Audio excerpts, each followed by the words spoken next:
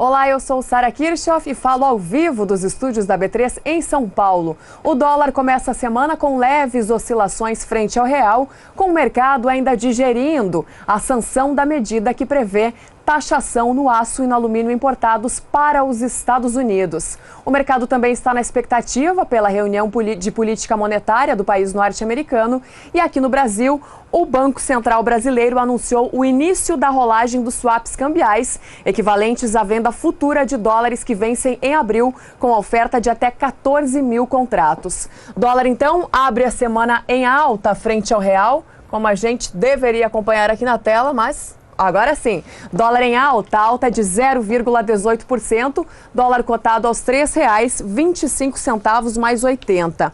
O otimismo dos investidores ao redor do globo segue ainda pelos dados da economia norte-americana e o movimento também é de ajuste após as perdas da divisa no pregão de sexta-feira. O que também sobe nesta segunda-feira é o índice Bovespa, principal índice da Bolsa de Valores de São Paulo, que avança 0,61% para os 86.900 pontos. Uma alta importante para o índice Bovespa no pregão desta segunda-feira, primeiro pregão da semana, operando aí com a máxima das últimas semanas e acompanhando também o clima melhor para a retomada de risco no exterior e se recuperando após a queda da semana passada.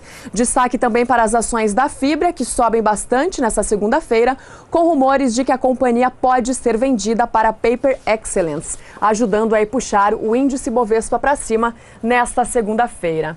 E cai a projeção para a taxa básica de juros e também para a inflação em 2018. Os dados, como sempre, foram divulgados hoje pelo Boletim Focus do Banco Central e da Capital Federal. Quem tem as informações completas é o repórter Odacil Canepa. O mercado financeiro reduziu pela sexta semana seguida a estimativa para a inflação deste ano. A expectativa do mercado para o Índice Nacional de Preços ao Consumidor Amplo, o IPCA, desta vez passou de 3,70% para 3,67%, de acordo com o Banco Central.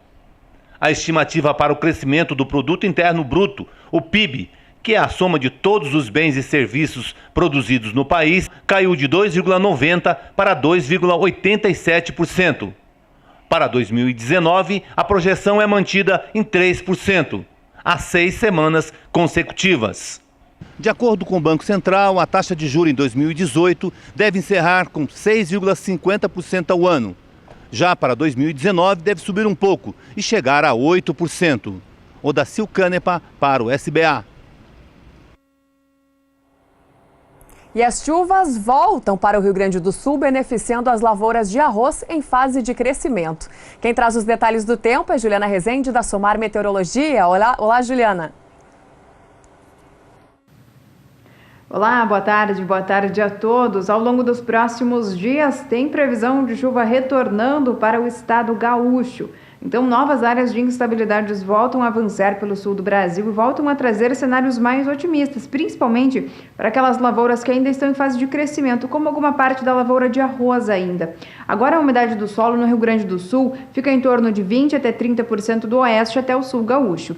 E nos próximos dias tem previsão de chuva retornando, principalmente pela fronteira oeste do Rio Grande do Sul, onde faz com a Argentina. Previsão de acumulados elevados em torno de 30 milímetros na maior parte do Rio Grande do Sul, podendo vir ainda com mais intensidade a chuva do oeste até o norte do estado gaúcho. Nas demais áreas do centro, mais fraca, então oeste e centro. Ainda a previsão de tempo mais seco com chuvas fracas e mal distribuídas. É apenas entre o Mato Grosso e também o estado de Goiás que as pancadas ainda acontecem por influência da umidade da Amazônia, que acaba sendo trazida pelos ventos lá no alto da atmosfera aqui para a parte central do Brasil. Então, o norte do Mato Grosso e o norte de Goiás e que deve receber as pancadas de chuvas mais significativas ao longo desta semana. No decorrer da próxima semana, a previsão de chuva perdendo força na maior parte do centro-sul. Chuvas mais significativas na região sul, entre o Rio Grande do Sul, Santa Catarina, até a faixa leste do Paraná e também no estado do Mato Grosso. Nos demais estados do centro-sul, chuva fraca e também de maneira bastante isolada.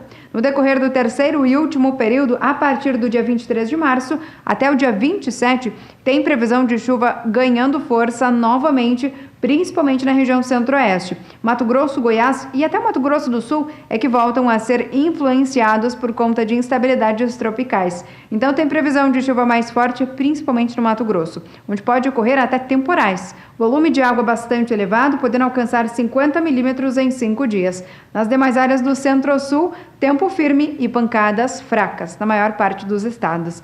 Então, durante as próximas semanas, tem previsão de chuva retornando para o Rio Grande do Sul, volta a trazer um cenário um pouco mais otimista para algumas lavouras de arroz que ainda estão em fase de crescimento. Conforme essa chuva também retorna, os produtores que já começaram as atividades de colheita podem acabar sendo paralisados. Mas ao longo das próximas semanas, as chuvas voltam a perder intensidade no sul do Brasil e aí o cenário é mais otimista para o andamento da colheita do arroz no estado gaúcho.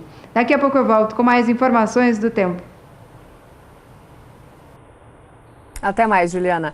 Cenário otimista para o andamento da colheita do arroz, mas nem tanto para os preços. O preço do arroz em casca voltou a cair no indicador CPEA, o Centro de Estudos Avançados em Economia Aplicada, que usa justamente o estado do Rio Grande do Sul, principal produtor de arroz do Brasil, como referência. No penúltimo levantamento do CPEA, o preço da saca de 50 quilos do arroz em casca aparecia por R$ 35,07. Com uma queda de quase 0,5%, caiu para R$ 34,93 o preço da saca de 50 quilos de arroz em casca no Rio Grande do Sul. Com isso, o produto também tem queda no acumulado do mês de março, que se aproxima de 0,5%. Arroz, portanto, em queda, mais uma vez no indicador CPEA. Do mercado do arroz, já vamos passar para o mercado do café. Na primeira sessão eletrônica desta semana, a Café abre a semana em queda na Bolsa Futura de Londres, Café Robusta.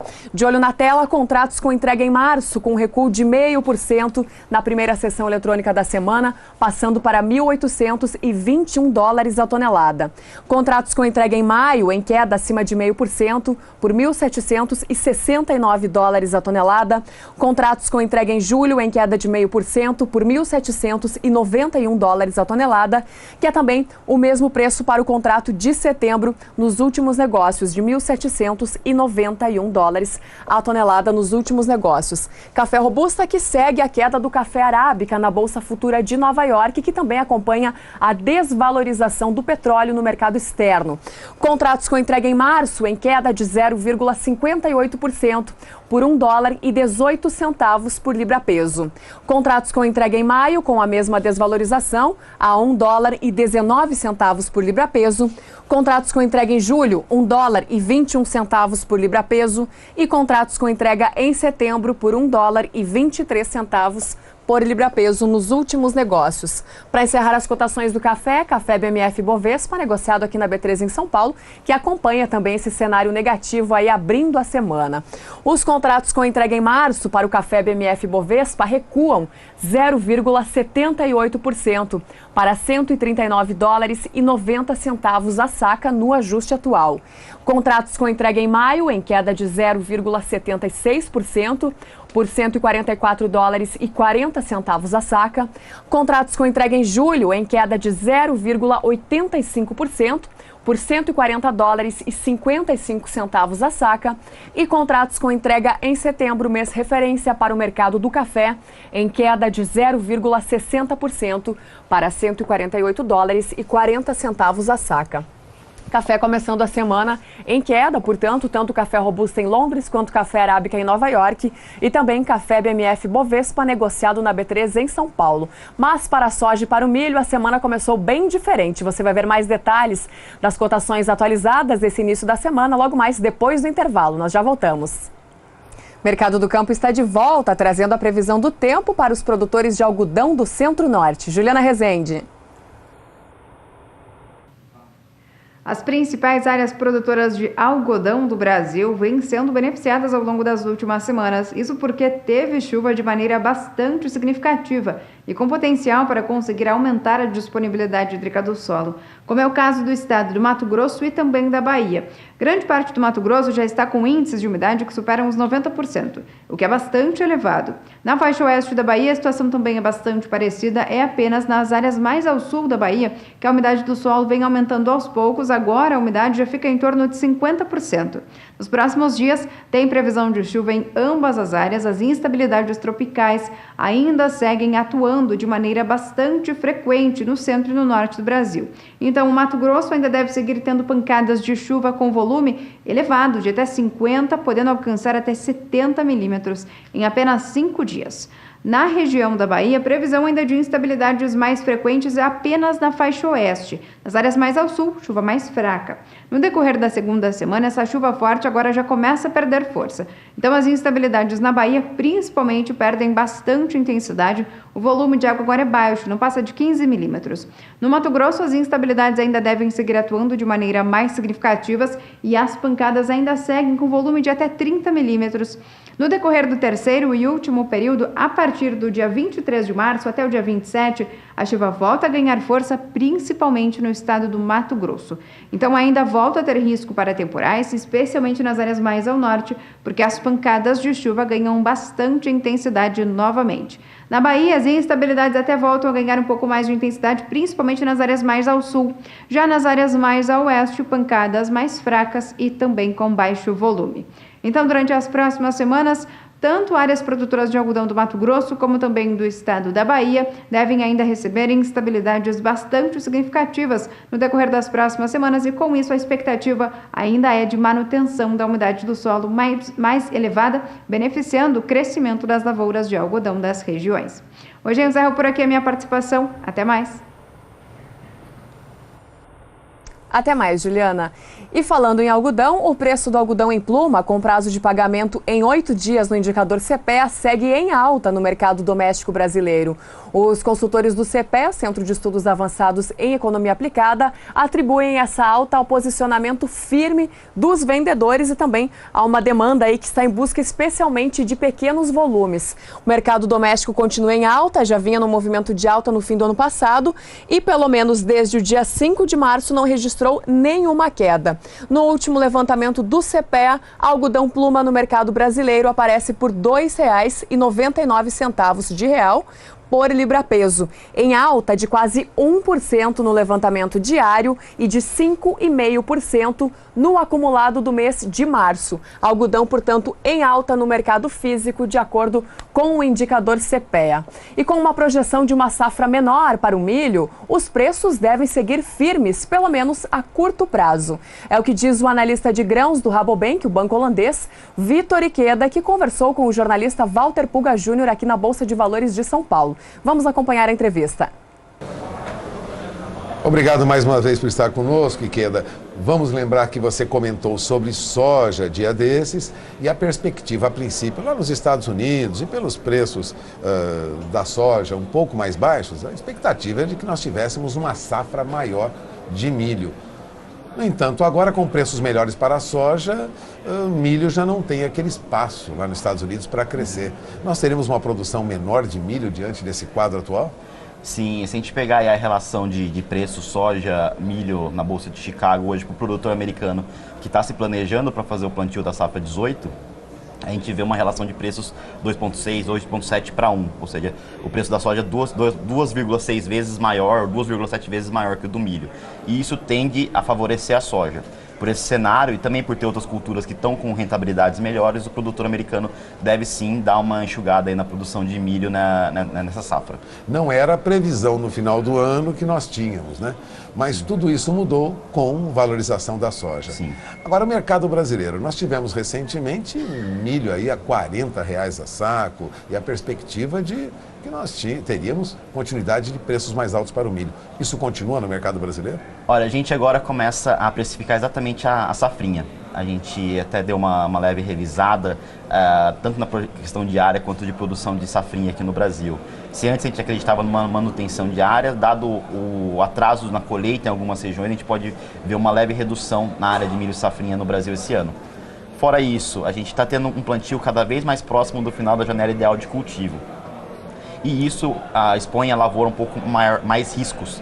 E não só risco também, o produtor também ele acaba fazendo o manejo de acordo com o andamento de clima nos próximos meses. Então, dado isso, a gente reduziu um pouco a questão de produtividade para o ciclo 17-18 em relação ao 16-17, que na verdade foi fora do comum, condições climáticas praticamente excelentes em todas as regiões.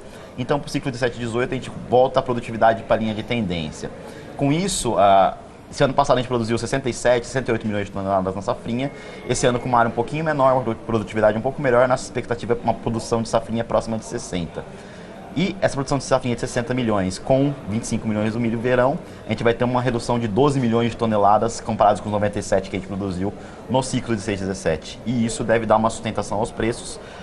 Só para você ter uma ideia, enquanto na 16-17 nós trabalhamos com preços médios aqui na bolsa de R$30 por saca, para o ciclo 17-18 a gente está esperando preços médios entre 33 e 35, ou seja, de 10 a 15% maiores do que a gente viu em 17. Ou seja, milho continua bem valorizado com esse quadro de produção menor, estimativa de produção menor. Sim, não só a produção, mas a gente também vê a demanda. A gente tem uma demanda que deve vir relativamente boa na 17-18.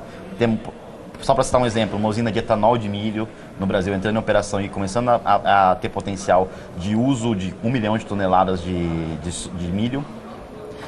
Não só isso, as nossas exportações devem seguir bem aquecidas esse ano. O milho brasileiro está competitivo no mercado internacional, então com isso a gente deve manter o nível de exportações. Então, uma oferta um pouco menor, uma demanda aquecida, a gente deve ter essa sustentação de preços em relação ao que a gente viu em 17. Então vamos frisar, né? Milho está agora na faixa de 40, mas esses R$40 é um momento que deve durar pouco, não? Sim, segundo... Período curto para esse valor. Segundo as informações que a gente tem acompanhado de mercado, aí, até o próprio CPEA falando bastante, está tendo uma restrição de oferta vendedora nesse momento. O produtor tem feito a opção por vender a soja nesse momento, segurar o milho, e por isso os mercados compradores estão tendo que pagar um prêmio um pouco maior para o milho para conseguir adquirir esse milho do produtor. Por isso a gente tem visto esse momento de preços nos primeiros vencimentos agora próximos de R$40 por saca. Mas o produtor não deve se iludir muito, não. Isso não dura muito, não? Sim, eu acredito que a partir aí dos próximos meses, quando já começar a vender bastante soja, a gente deve ter um retorno aí do preço do milho também. Preços patamares de 33 a 35, que é exatamente, se a gente olhar os vencimentos de setembro aqui na B3, a gente tem visto preços oscilando entre 34 e 35 para setembro 18. Então, realmente, já considerando essa queda aí para os próximos meses. Bom, agradeço mais uma vez sua presença aqui conosco. Você acaba de ouvir Victor Ikeda. Victor Ikeda é analista de grãos do Rabobank Brasil. Obrigado, Victor. Obrigado. Voltamos ao programa. E os preços dos grãos também são o comentário de hoje do jornalista Antônio Resch. Olá, Resch. Olá. Os produtores brasileiros de grãos, os agricultores brasileiros, não têm do que se queixar mesmo. Quem planta soja, milho e por aí vai. Depois de 2, 3 anos de preços bons, os estoques aumentaram, estoques mundiais, estoques brasileiros. Mesmo assim, as cotações da soja e do milho vão bem, obrigado. E agora, a soja continua subindo e o milho também, tanto no mercado internacional, estou falando em Bolsa de Chicago, quanto no mercado interno. Paranaguá está quase R$80 uma saca de soja. E por quê? Porque o clima, desta vez, está criando um maior problema para nossos irmãos argentinos. A seca está enorme e as safras serão bem menores do que estimado anteriormente. Ruim para uns, bom para outros. É esse o caso do agricultor brasileiro. Isso mesmo, e é justamente o clima na Argentina que sustentou hoje tanto a soja quanto o milho na Bolsa Futura de Chicago. A soja volta a subir em Chicago na primeira sessão eletrônica desta semana. De olho na tela, contratos com entrega em março em alta de 0,38% por $10,33 por bushel. Contratos com entrega em maio com valorização de 0,16% por $10,41 por bushel. Contratos com entrega em julho em alta de 0,26% por $10,51 por bushel e contratos com entrega em agosto em alta de 0,28%, avançando acima dos $10,52 por bushel. Soja, portanto, em alta na Bolsa de Chicago, mas soja BMF Bovespa em queda nesta segunda-feira. Os contratos com entrega em maio têm uma forte desvalorização acima dos 2%, caindo para $22,94 a saca. Os contratos com entrega em julho também tem um recuo acima dos 2% para 23 dólares e 17 centavos a saca. E os contratos com entrega em setembro têm recuo de quase 1,5% para 22 dólares e 96 centavos a saca. Soja em alta em Chicago, em queda aqui na Bolsa de Valores de São Paulo, e milho também em alta na Bolsa de Chicago, mas altas bem menos significativas. Os contratos com entrega em março para o milho em Chicago têm valorização de 0,32% e aparecem por 3 dólares e 84 centavos por bushel nos últimos negócios. A demanda nos Estados Unidos foi o que segurou os ganhos moderados em Chicago. Moderado também é o ganho do contrato de maio, que avança somente 0,06%. para 3 dólares e 90 centavos por bushel. Os contratos com entrega em julho têm uma alta de 0,12% para 3 dólares e 98 centavos por bushel. E os contratos com entrega em setembro também têm uma leve alta hoje de 0,06%. para 4 dólares e 2 centavos por bushel. Milho BMF Bovespa, negociado aqui na B3 em São Paulo, com preços significativamente mais altos, como já dizia aí o Vitor Ikeda do Rabobank. Preços mais altos para o milho no mercado futuro, o milho que vem subindo bastante também no mercado físico brasileiro. Os contratos com entrega em março têm uma valorização de quase 3% na sessão dessa segunda-feira, avançando para R$ 41,79 a saca no ajuste atual, e que volta a subir aí nos últimos negócios. Contratos com entrega em maio em alta de 3,25% para R$ 39,13. Contratos com entrega em julho em alta de 3,37%, uma forte alta também para o contrato de julho, que aparece por R$ 37,45 a saca no ajuste atual. E os contratos com entrega em setembro também sobem e sobem muito hoje. Acima quase 13,5% é a valorização do contrato de setembro, que termina a sessão aos R$ 35,80, tanto no ajuste atual quanto nos últimos negócios. Forte alta para o milho no mercado futuro na primeira sessão eletrônica desta semana. O Mercado do Campo se despede por aqui, volta amanhã às 5h35 da tarde, horário de Brasília. E agora você fica na companhia de Jorge Zaidan e Renata Ferreira no programa Pecuária BR. Uma boa noite para você.